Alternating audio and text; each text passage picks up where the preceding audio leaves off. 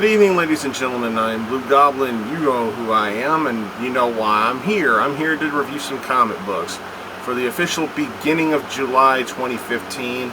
Yes, this video, I am a week behind on doing these videos. I am sorry, but like I said, just got to find the time to do this. But look at the size of this stash. Yeah. Got a couple of indies, a few DC, and I got a buttload from Marvel. So let's just go ahead and get started. We'll start off with Chapterhouse Comics. We're starting off with Captain Canuck, #2. To everybody who worked on this title, on this issue, you did a great job. This was a really good read. Very, very nicely done. This is one of your... I kind of felt nostalgic with this. It felt like an old school search and rescue mission for, you know, an independent superhero. I mean, it's just really, really good. You know, Captain Canuck is still in this factory trying to find any survivors of this pathogen that's going around turning people into zombies, while at the same time we see his brother having problems of his own with who's ending up being the main antagonist of this particular storyline. And the stuff that this guy can do is just really creepy and really eerie. The antagonist, that is. Captain Canuck is literally, you know, rescuing people on borrowed time. The shielding in his suit is wearing down, but he's not letting that deter his mission. He's sticking true to his work and everything, and I really dug that. Now this issue was far from perfect, but man, I really enjoyed it for what it was. Thought it was really nicely well handled, really good, really just an enjoyable read. I had fun with it. I thought it was great. I give it a 3.5. Going on to IDW, we're going to Teenage Mutant Ninja Turtles #47. My God, my God. Wow. Where do I begin? You got Casey and Hun still trying to work out their differences, and then you got Baxter Stockman stepping into the picture with the Foot Clan.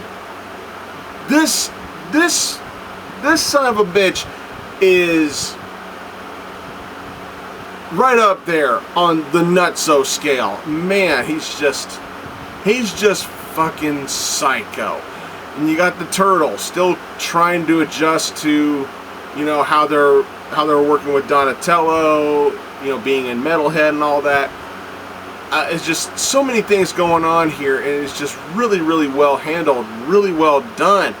Just phenomenal stuff. Just really well detailed, really true to form when it comes to this with these characters. I can't really complain that much. I mean, it's just phenomenal stuff. And now that Shredder is indeed back in the Foot Clan, he's back to running the Foot Clan, it's time to get back on track with the old vendetta, and you know what that is. Kill Splinter. And man, that cliffhanger at the end of the book, Jesus, I loved this. This was fantastic. Not the strongest issue out of the past few that we've been getting here lately, but man, was this enjoyable as hell. I loved it. Thank you to everybody on this. Eastman, Walt, Santiloco, everybody. Just fucking amazing. I loved it. I'd give it a 4. Alright, we're going on to DC. DC, we're starting with Batman Beyond #2. Dan Jurgens. Okay. I gotta remember, this is Batman Beyond taking place in the New 5-2 world. So, okay, when I see Barbara Gordon, I see a slightly aged Barbara Gordon. I don't see old age Barbara Gordon like I saw in the cartoon. I gotta remember that. This is the whole New 5-2 shtick, and you know, there are already people. We're only 2 issues in, and there are already people saying that they will not give this book a try because Terry McGinnis is dead.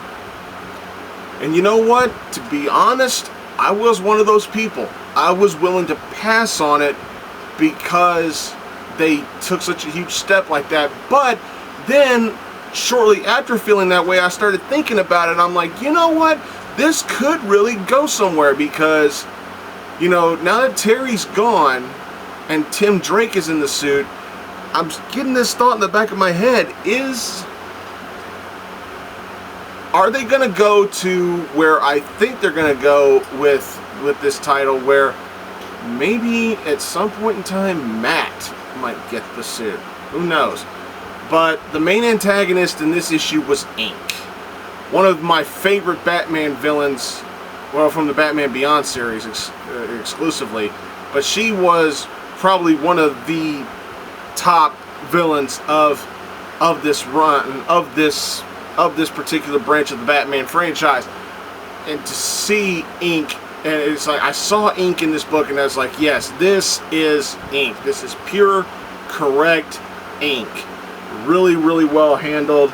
More of the Brother Eye stuff going on, and there's a jaw-dropping moment involving one of the supporting characters in here. Fantastic stuff. I loved it. And nice, really nail-biting cliffhanger at the end. Just really well handled, really well put together. The pacing's a little feels a little slower than I think it should be, but the storytelling direction is good. The character development, for the most part, is good. Not too much complaining here. I really dug it. I really enjoyed it, and the artwork is fantastic. I loved it. I give it a 3.5. Moving on to Detective Comics number 42. Francis Manapul, Brian Buscioletto. I still think the shining star of this series right now is Harvey Bullock. I mean, you got James Gordon as Batman, yes, and Batman does play a significant role in this title. Of course, it's his fucking book, one of his fucking books. But to me, they're putting more of a focus on Harvey Bullock, and honestly, I'm fine with that, because then again, yes, Batman is in this title, but then again, the title is called Detective Comics. And Harvey Bullock, last time I checked, is still a detective. You know, and you got Renee Montoya in there, and, you know, Harvey is still thinking her a snitch. And then you got the stuff going on with Yip, Harvey's partner slash lover. And, you know, something's going on with her. And Harvey's already raising his eyebrow thinking, what's going on here? Then, of course, you got the stuff with Batman. Oh, man. Jim... His rookiness when it comes to being Batman is clearly showing in here, but he still carries that what's the word I'm looking for here? He still carries that trait to Batman that, you know, you're supposed to be a hero, you're supposed to be a vigilante that doesn't step over the line and stuff like that. You're basically being a cop. You know, Batman was figuratively a cop, so what's better than that? Of course, Batman being a cop. But things aren't looking so good for Jimmy towards the end of the issue. Nicely done, though. I really dug this. Thought it was really well handled. Pacing was good. Storytelling was decent. Artwork was great. Everything's working for me so far. I give it a 3.5. Moving on to Green Lantern 42, the Medusa Effect. Oh man, this is getting weird. I still feel it a little weird that Hal Jordan is parading about saying that he's not a Green Lantern, he doesn't want to be associated with the Green Lantern Corps, yet he's using Green Lantern weaponry to do his work. And I'm like, that's kind of sort of hypocritical, but you know, it's Hal Jordan, so he's cool, we're supposed to love it. It kind of bugs me a little bit, but you know, it is what it is. You know, Hal's still reeling from what he saw at the end of the last issue, and you know, he's got a prisoner that he's supposed to be taking back, and this prisoner, it just won't shut his mouth. And there's something that goes on in here where Hal uses a buttload of power from this gauntlet, and he almost loses control to the point where he actually looks a little fearful. He's like, uh-oh. What if I'm not able to control this at all? You know, it's just more or less the same stuff. But man, that last page got me. It got me. I'm like, okay, where are you gonna go now? Okay, I'll admit, I wasn't feeling this as much as I felt like I should have been. But then I got to that last page. I'm like, okay, you kept my attention. Nicely done. Of course, the best thing about this book is Billy Tan's artwork. Fantastic artwork. Good stuff. Pretty good writing for the most part. You know, it's like I said, it is what it is. I'll give it a 3.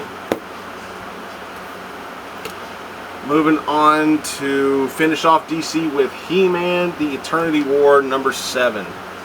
Dan Abnett. Oh my God. Wow. First thing I want to say is the interior artwork was amazing. Just beautiful. The writing was solid. And who'd have thunk it? We're getting a storyline here, and we're coming to a point now where we actually are going to start feeling sympathy for Skeletor. Yeah, I just said that. I just fucking said that. We're going to start feeling sympathy for Skeletor. Especially once we find out the truth about his fucking staff. Oh my God. That completely surprised me. Just awesome shit. Really, really good. I don't want to spoil anything. This came damn close to being my pick of the week. Damn close. But man, this was solid. I fucking loved this book. I'm not going to spoil anything. All I'm going to say is be prepared to actually start going, and start rooting for Skeletor. This was great stuff. Really, really good. I give it an easy 4. Easy 4. Alright, we're moving to Marvel. We're going to start with A-Force number 2. Marjorie Bennett, the writer, just really good. Although I gotta say, I like the artwork more than I did the writing, to be perfectly honest. We got an arrival of a new character, or at least that's how they're boasting her up.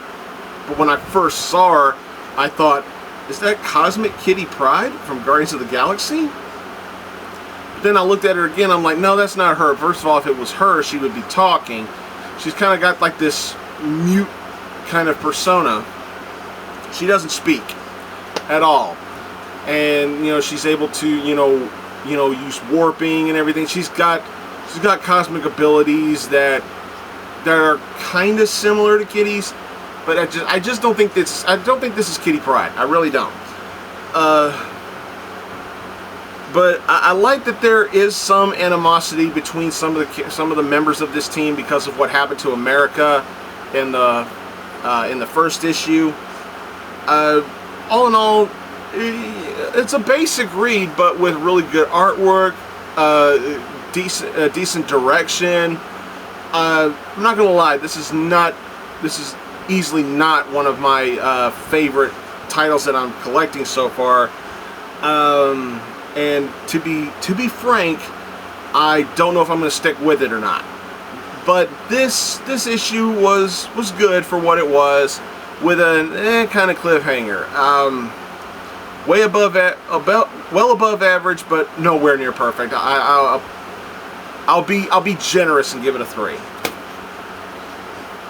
All right, moving on to The Amazing Spider-Man number 19.1. Jerry Conway. Oh my God, you have no idea how refreshing storytelling like this is. You have no idea. God. Where do I even begin? You know, the Circus of Crime. Now, there's an obscure reference right there. There's an obscure group. Mr. Negative still plays a vital role in this and everything, but the stuff that's really selling it is the storytelling that's going on with the Wraith, Yuri Watanabe. I probably butchered that name, but the storytelling of circling around her is the main selling point for me right now, and it's just really, really well handled. You know, to the point where even Spider-Man himself is like, you know, kind of on the fence about whether or not he should actually help her or not. But, you know, true to form, you know, Mr. Responsibility decides that it's his responsibility to fucking help her. And, yeah, it's just all around just really refreshing writing, just really good stuff. You know, I know I was a dick to Dan Slott a long time ago, and I do regret that. I really do. But man, Jerry Conway is writing a story that is far superior to anything that Dan Slott has been writing here lately. Telling the God honest truth. You know, I'm not trying to disrespect Dan Slott any further, but, you know, because if I could go back and change my attitude that I had towards Dan Slott, I would. But that still does not change how I feel about the direction of the main title for Amazing Spider-Man. I think I still stand by my thoughts that there needs to be a new writer. And hell, I'd say give Jerry Conway another whack at the main title once Secret Wars is over and everything. I mean, it doesn't always have to be Dan Slott all the damn time. But this was really well handled, really well done. I loved it. Thought it was great. I'd give it a 4. We're going on to Darth Vader number 7. Ooh. Ooh. Oh man. This was fantastic. Fucking awesome. Vader is trying his best to track down the son he never knew he had. Remember, this takes place before episode 5. I'll keep reminding you as much as I want to, but try to put it in your mind. If you haven't seen Empire Strikes Back yet, you have not seen Empire Strikes Back. You don't know what's going to happen in Empire Strikes Back. You have to read this first. My God, it's just really good stuff. Vader is going around. He went back to Tatooine, to where Luke lived, and he's like, you know, sensing all the areas and everything. He's like, yes, he was here, and yes, we killed his family here. And then he goes to Ben Kenobi's house, and he sees the battle damage that was caused there when Luke battled Boba Fett there. And he's like, yes, the Force is strong in this one. But he's had hardly at all or no training at all as a Jedi. So he's sloppy. He can already sense that Luke has indeed incredible power, but he has no idea on how to properly use it as a Jedi. You know, it's like it makes him resent Kenobi that much more. He's like, Kenobi, you had 20 years to train this boy, and you've done hardly anything. It's like, even in death, Vader is even more disappointed in Obi-Wan. You know, it's just wow, just more impressive stuff with a really interesting ending at the end. Woohoo! Nice. This was amazingly done, really well detailed, really well put together.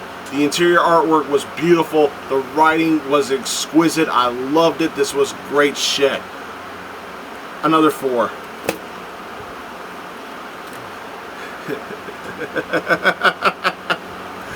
This is my pick of the week, folks. I don't give a damn. It's my show, my pick. Giant Size Little Marvel AvsX number 2. Oh my God. This is easily my favorite tie-in to Secret Wars. This is easily one of the best titles on the shelves for Marvel right now. This is outstanding. This is just outstandingly good. It's like, I don't know what Marvel's mentality is with this series. It's like, fuck it, let's just get really silly with it, or let's put in a bunch of Easter eggs and hope the fans will notice it. It's basically a big no-price book, and god damn it, I love it. Really, really good stuff. You know, we got a pair of twins in here. Their names are Zachary and Zoe. They're in here. And it's like they're all getting all kinds of questions, like, were you bitten by a radioactive insect? No. Do you like fish? No. Do you play video games? And they go, yeah, we do. Will you want to come to Murder World? No. It's just really good stuff.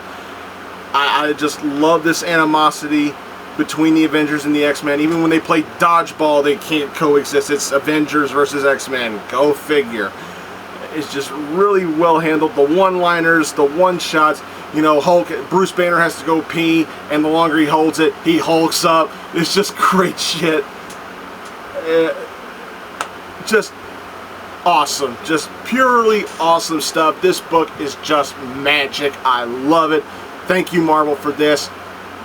Just amazing. A 4.5. Shit, that is good stuff. We're going on to Princess Leia number 5. This ends the Princess Leia series.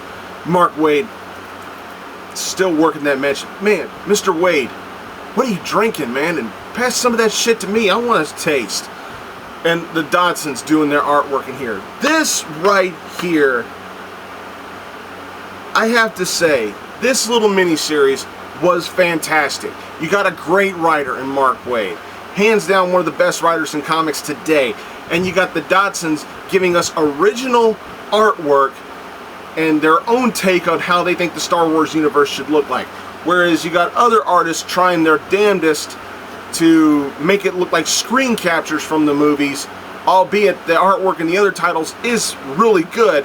I do love the Dodsons' touch to it. I love the texture. I love the color that goes into it. I just love everything about it. Like I said, it's not perfect, but man, is it really incredible writing. Really good stuff.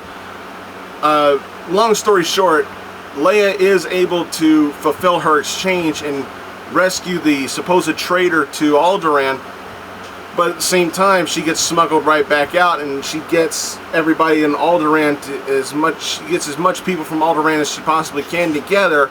There is still some animosity, but at the end of the day, Leia feels like she's done her job and done it well, and it's just really, really good stuff.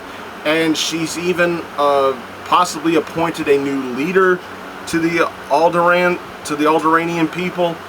This was just a thrill ride from beginning to end, and I absolutely loved it. I give this issue a 4.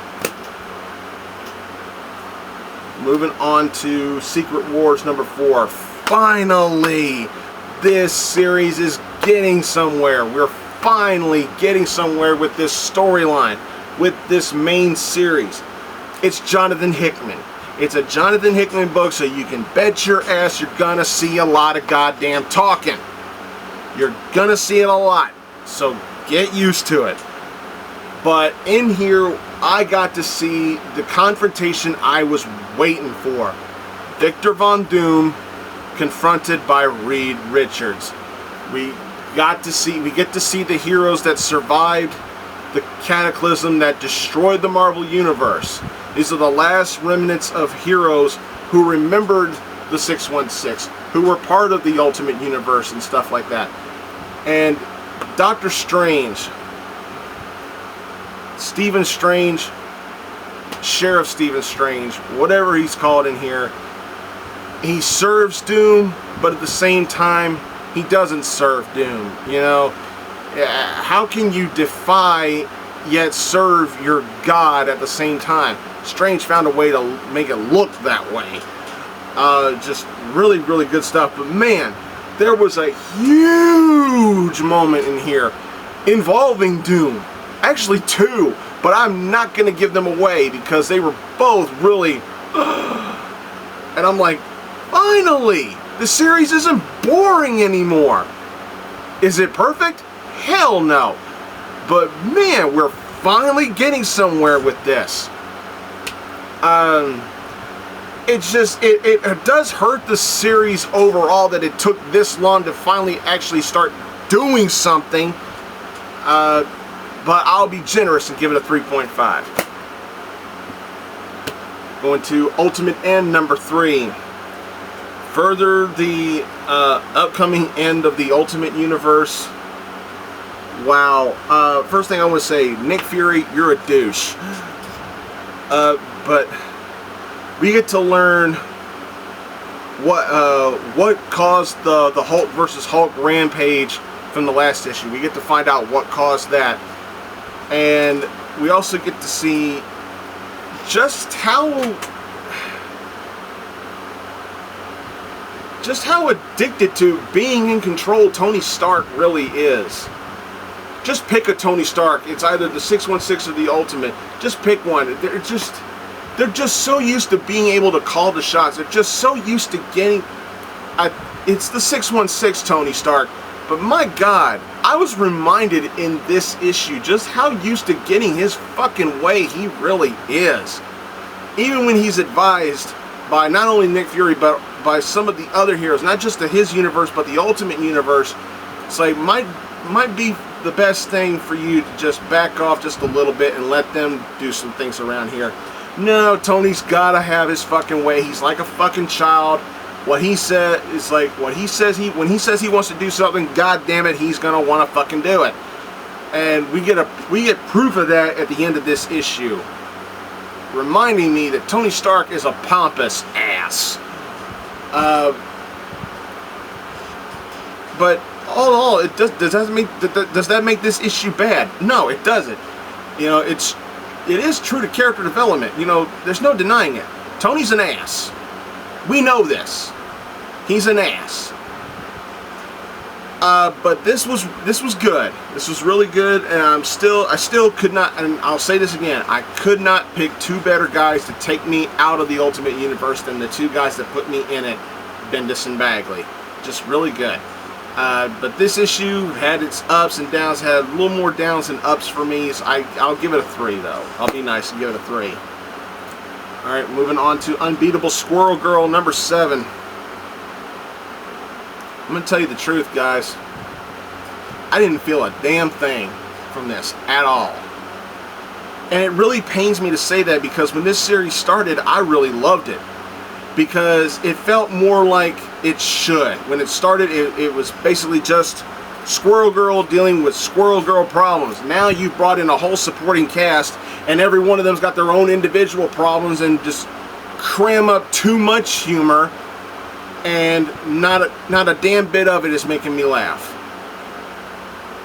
Too many supporting characters, too much forced humor, and I'm not laughing a goddamn bit now. It's like Marvel saw the popularity. It's like Marvel probably saw some of the positive feedback that this series was getting when it first started, and they just went overboard with it. And when I was reading this particular issue, I almost felt like the book was figuratively telling me, "Laugh, you son of a bitch, laugh!" And no, I'm not gonna laugh if you're gonna try to make me laugh like that. You know, at least Harley Quinn can get a genuine laugh out of me. At least Lil Marvel can get a genuine laugh out of me. This got nothing from me at all, and it ended up being an average read at very best.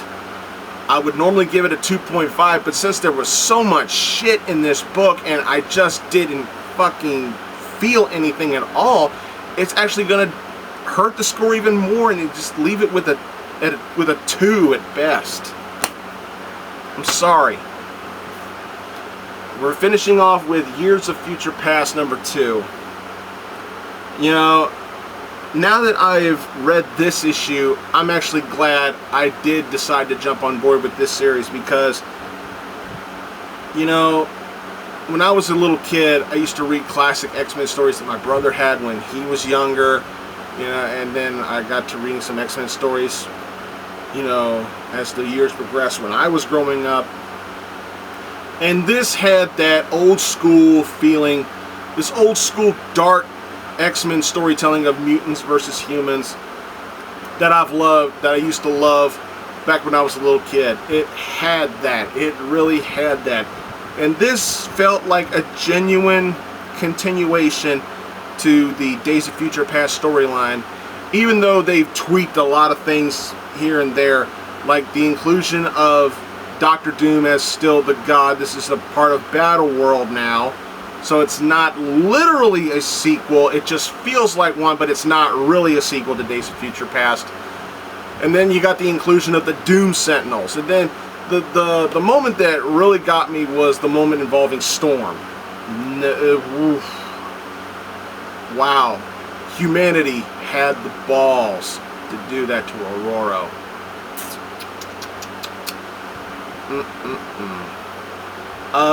But a solid read.